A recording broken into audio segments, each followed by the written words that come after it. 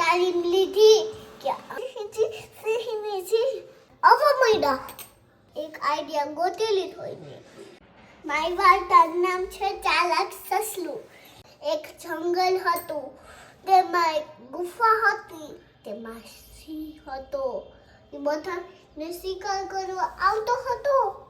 માંડ્યો પૂપ પૂપ કરે ને હે તે બધા પ્રાણીઓ ઠેકડો મારીને વયા જાય.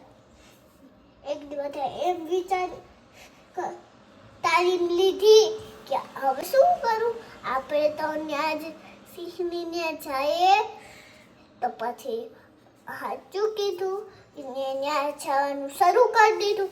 ને એક હરણ હતો એને ગયો ને હે સિંહને મને અમે બધા ત્યાં આવશું, તમને કોઈ જંગલમાં શિકાર કરવા આવવું નહીં પડશે. પછી બધા એક એક કરીને આવવા માંડ્યા. પછી છે ને હે પછી તો દરરોજ બધા આવવા માંડ્યા ને એક દી તો સસલાનો વારો આવ્યો. સસલે એમ વિચાર કર્યું કે હવે શું મારે તો એક આઈડિયા ગોતી લીધો એને. ને પછી ત્યાં ગયો કે સિંહજી મને માફ કરજો. પછી એને તું કેમ એટલો મોડો આવ્યો એમ કહી સસલું તો ખૂબ ડરી ગયું. પછી સસલું કે સિંહજી મને એક રસ્તો સિંહ મળ્યો તો એમ કહેતો હતો કે જા એ મૂર્ખને બોલાવતા અહીંયા. તો પછી સિંહ ગુસ્સે થઈ ને ત્યાં વયો ગયો કૂવાની પાસે.